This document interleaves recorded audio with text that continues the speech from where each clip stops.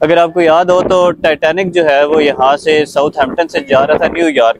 आप पाकिस्तान में बैठ के किस तरह यूके का वर्क परमिट जो है वो ले सकते हैं टीयर 2, जिसके फौरन बाद आपको जो है वो यहाँ की ILR या नेशनलिटी या PR आपको मिलना है। आपने वीज़ा अप्लाई करना है, ठीक है। वीज़ा अप्लाई करने के लिए आपको क्या डॉक्यूमेंट्स चाहिए होंगे? सिंपल, आपको वो स्पॉन्सर। अस्सलाम वालेकुम। इस टाइम मैं एक बहुत ही खूबसूरत किस्म के बीच पे खड़ा हूँ, पोर्ट्समाउथ के साथ। अगर आपने साउथहैम्पटन का नाम सुना है तो उसके साथ ही छोटा सा सिटी है पोर्ट्समाउथ। अगर आपको याद हो तो टाइटैनिक जो है वो यहाँ से साउथहैम्पटन से जा रहा था न्यूयॉर्क, और पिछले दिनों जो एक ओशन गेट जो एक सबमरीन थी जो बेसिकली जा रही थी टाइटैनिक को देखने के लिए, वो सबमरीन भी बेसिकली इसी बीच से जो है वो गुजरी थी। तो इसको देखने के लिए आपको यहाँ पे आना पड़ेगा और इसके लिए आपको वीज़ा चाहिए, और वीज़ा खरीदने के लिए आपको जो है वो थोड़ी सी मेहनत करनी पड़ेगी। आज हम यूके के अंदर आप कैसे आएंगे वर्क परमिट के ऊपर, इसके बारे में बात करेंगे कि कैसे आप जो है वो वर्क परमिट में बिल्कुल फ्री यूके में आ सकते हैं। अगर मैं यहाँ पे आपको बताऊं तो बहुत सारे मेरे जानने वाले लोग जो है वो यहाँ पे बिल्कुल फ्री, किसी किस्म के पैसे नहीं, क्योंकि आजकल मैंने देखा कि एजेंट्स तकरीबन 70-80 लाख रुपया जो है पाकिस्तानी चार्ज कर रहे हैं। अगर आप इंडियन करेंसी में बात करें तो तकरीबन 20-1 लाख रुपया जो है वो ले रहे हैं यूके में वर्क परमिट के लिए, जो कि केयर होम का वीज़ा। और बाज़ औक़ात उसमें ऐसे भी होता है कि यार जॉब्स होती नहीं है, स्टूडेंट बेचारा आता है और वो आगे यहाँ पे जो है वो ख़वार होता रहता है। तो आज इस वीडियो में डिटेल से आपको बताएंगे कि किस तरह आप खुद अप्लाई करके, अगर आप इंजीनियर हैं, डॉक्टर हैं, नर्स हैं, या आपने CA किया हुआ है, या आपकी थोड़ी सी अच्छी क्वालिफिकेशन है, आप पाकिस्तान में बैठ के किस तरह यूके का वर्क परमिट जो है वो ले सकते हैं टीयर 2, जिसके फौरन बाद आपको जो है वो यहाँ की ILR या नेशनलिटी या PR आपको मिल सकती है। कि जब भी आप यूके में अप्लाई करना शुरू करें ना, तो कंसिस्टेंसी जो है वो सबसे ज़रूरी है। और सबसे ज़रूरी जो चीज़ है वो ये है आपका बिलीफ कि यार मैं ये वर्क परमिट ले सकता हूँ। क्योंकि जब मैं पाकिस्तान में था तो मेरा एक ही सोच था कि यार पैसे लगा लूँ, बस किसी तरह बाहर चला जाऊँ। अगर आप इस चीज़ के बारे में सोचेंगे ना कि यार पैसे ना लगें और मैं जो है वो डायरेक्ट अच्छे वीज़े के ऊपर जाऊँ, तो फिर आप जो है वो हासिल कर लेंगे। सबसे ज़रूरी और इम्पॉर्टेंट चीज़ ये है कि आप एक अपनी अच्छी सी CV बनाएं, जिसमें आप अपना एक्सपीरियंस ऐड करें। CV आपने कैसे बनानी है, बड़ी डिटेल से इसके ऊपर मैंने एक वीडियो बनाई हुई है, आप चैनल के ऊपर जाके वो भी देख सकते हैं कि आपने CV कैसे बनानी है। बड़ी अच्छी किस्म की CV बनाएं जिसमें अपना एजुकेशनल बैकग्राउंड, अपना एक्सपीरियंस और वो बहुत सारी चीज़ें लिखें। फिर एक बड़ा खूबसूरत किस्म का अपने आप को डिस्क्राइब करने के लिए एक कवर लेटर बनाएं, जिसके ऊपर मेंशन करें कि आपने जो है वो कौन सी यूनिवर्सिटी से पढ़ा है, आपका किस चीज़ में एक्सपीरियंस है, और आप एक पर्टिकुलर जॉब जिसमें आप अप्लाई कर रहे हैं इसके ऊपर आप क्यों अप्लाई करना चाहते हैं। जब वो कवर लेटर आपका एम्प्लॉयर पढ़े तो उसको लगे कि यार यही वो बंदा था जिसको हम जो है वो फाइंड आउट कर रहे थे। जब ये चीज़ें आप कर लेंगे ना, ये चीज़ें आपकी ऐसी होनी चाहिए जो आपने अपने पास या अपने कंप्यूटर के अंदर, अपने मोबाइल के अंदर सेव की हुई हो।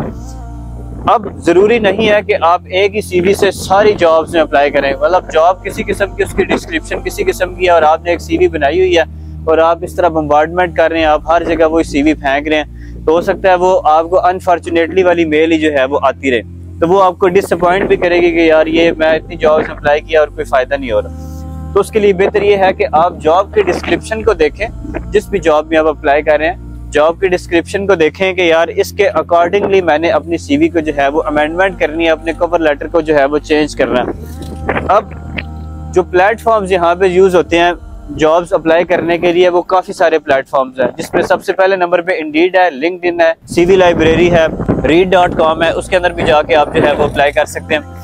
अब ये काफ़ी सारे प्लेटफॉर्म्स हैं, जिनमें सबसे बेस्ट जो प्लेटफॉर्म मुझे लगा ना वो है लिंक्डइन। लिंक्डइन इस वजह से बेस्ट प्लेटफॉर्म है कि जब आप उसके अंदर किसी जॉब्स के बारे में देख रहे होते हैं ना, तो उसके साथ ही जो एम्प्लॉयर होता है ना, या जो बंदा होता है जिसने आपको हायर करना होता है, उसकी ईमेल भी दी हुई होती है, उसका सारा कॉन्टैक्ट भी दिया होता है, और आप उसके साथ जो है वो डायरेक्ट जो है वो कनेक्शन भी बना सकते हैं, जो आपको बहुत ज़्यादा फ़ायदा देता है। क्योंकि बाज़ औक़ात आप जब इंडीड पे अप्लाई करते हैं ना, जिस तरह मैं इंडीड पे अप्लाई करता हूँ ना, तो इंडीड पे अप्लाई करता हूँ तो वो मुझे अनफॉर्चुनेटली वाली एक ईमेल जो है वो आती रहती है। उसकी मेन वजह ये है कि जो इंडीड है ना, वो सिस्टम उसका ऑटोमेटिक सिस्टम है, वो आपके कीवर्ड्स जो है वो जॉब डिस्क्रिप्शन के साथ मैच करता है। अगर उसको पसंद नहीं आते तो वो ऑटोमेटिकली आपको एक ही ईमेल अनफॉर्चुनेटली वाली भेज देता है। तो उस तरह आपको हो सकता है आप 100 जॉब्स में अप्लाई करें तो आपको एक पॉजिटिव मेल आए, तो आप उससे हमेशा जो है वो डिसअपॉइंट होंगे। इसलिए बड़ा ज़रूरी है कि आप अपनी CV को अकॉर्डिंग टू जॉब डिस्क्रिप्शन जो है वो मॉडिफाई करें।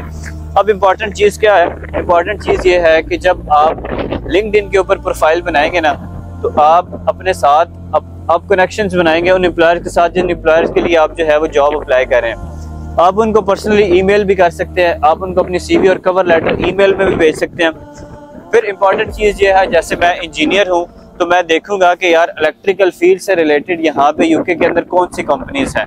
मैं उन सारी कंपनीज को शॉर्ट लिस्ट करूँगा, शॉर्ट लिस्ट करके उनके वेबसाइट्स ओपन करूँगा, वेबसाइट्स ओपन करके वहाँ पे कैरियर्स में जाऊँगा और वहाँ पे उनको डायरेक्ट CV ईमेल करूँगा, साथ उनको जो है एक बड़ी खूबसूरत सी अपना जो है वो कवर लेटर और जॉब डिस्क्रिप्शन के बारे में अमेंडमेंट करके वो सारी चीज़ें उनको मैं सेंड करूँगा और एक बड़ी प्यारी सी ईमेल करूँगा। रोज़ की मैं अगर 10-15 ईमेल जिस तरह करता हूँ तो पॉसिबिलिटी है कि किसी कंपनी को कोई बंदे की ज़रूरत हो बड़ी अर्जेंटली। मैं आपको ऑनेस्टली बताऊं तो अगर किसी कंपनी को यहाँ पे ज़रूरत हो और उनको कोई बंदा ना मिल रहा हो और आप ही वो बंदे हो जिसने उनको ईमेल की हो, तो आप बेशक अफ्रीका में बैठे हुए हैं, बेशक युगांडा में बैठे हुए हैं, वो कंपनी एड़ी चोटी का जोर लगा देगी आपको यहाँ पे लाने के लिए, क्योंकि उनको कोई बंदा नहीं मिल रहा उनको कोई। और अच्छी बात यह है कि गोरे पड़ते नहीं है। अगर आप मेडिकल से रिलेटेड हैं और आप अगर जो है वो CA से रिलेटेड हैं, इंजीनियर हैं, आप IT से रिलेटेड हैं, तो आपको इन फील्ड्स में गोरे कोई इक्का दुक्का नजर आएंगे, ज्यादा इंडियंस पाकिस्तानी जो है वो नजर आएंगे। उसकी मेन वजह यह है कि गोरे हमेशा अपने आप को रिलैक्स करते हैं, वो वही फील्ड पढ़ते हैं जिनमें उनको मजा आता है, और इंजीनियरिंग और मेडिकल और ये चीजें जरा बोरिंग होती हैं, इनमें आपको ज्यादा पढ़ना पड़ता है, तो गोरे बहुत ज्यादा इस तरह की जॉब्स नहीं पढ़ते। अब ये जब आपको एम्प्लॉयर से जो है वो आपकी स्पॉन्सरशिप मिल जाएगी, यानी वो आपका इंटरव्यू लेगा, आपका इंटरव्यू लेने के बाद अगर आपको वो हायर कर लेता तो फिर मैं आपको बता दूं कि आपका वीजा जो है वो 110% लग जाएगा। अब आपको इस वीजे के लिए चाहिए क्या होगा, 3-4 किस्म के डॉक्यूमेंट्स हैं जो आपको चाहिए होंगे। अभी तक जो मैंने आपको डिस्क्रिप्शन बताई है वो डिस्क्रिप्शन बेसिकली स्पॉन्सरशिप लेने के लिए थी, क्योंकि UK आने के लिए वर्क परमिट के लिए जो सबसे जरूरी चीज़ है वो है स्पॉन्सरशिप या यहाँ पे जॉब लेना। अब उस जॉब लेने के लिए आपको ये सारी कहानी जो मैंने पहले आपको सुनाई है आपको करनी पड़ेगी। ये सारी कहानी थी स्पॉन्सरशिप लेने के लिए। जब आप ये स्पॉन्सरशिप ले लेंगे तो आपका वीज़ा यहाँ पे वर्क परमिट 110% जो है वो आपका लगेगा ही लगेगा। अब इम्पॉर्टेंट चीज़ ये है कि यार इसमें जो मेन इंपॉर्टेंट चीज़ है ना, जो मैं आपको कंक्लूड करके बताऊँ तो वो है कंसिस्टेंसी। अगर आप 100 जॉब से अप्लाई करेंगे तो हो सकता है आपको एक इंटरव्यू कॉल आए और वो हो सकता है पहली दफ़ा आपका रिजेक्ट हो जाए और आप डिसअपॉइंट हो जाएंगे, यार ये तो जॉब मिलती नहीं है, और आप जो है वो कंसिडर करना शुरू कर देंगे यार ये तो बड़ा मुश्किल काम है। अगर आप स्पेशली इंजीनियर हैं, ठीक है, इंजीनियर्स के हालात जो है वो इतने अच्छे नहीं होते। अगर मेडिकल से रिलेटेड है तो फिर हो सकता है आपको जो है वो चांसेस आपके ज़रा ब्राइट हो। सारी चीज़ें अगर आप करें तो मैं आपको श्योरिटी तो नहीं दे सकता, लेकिन इतना ज़रूर कह सकता हूँ कि पॉसिबिलिटी है कि आप फ्री में UK के अंदर वर्क परमिट लेके आ सकते हैं।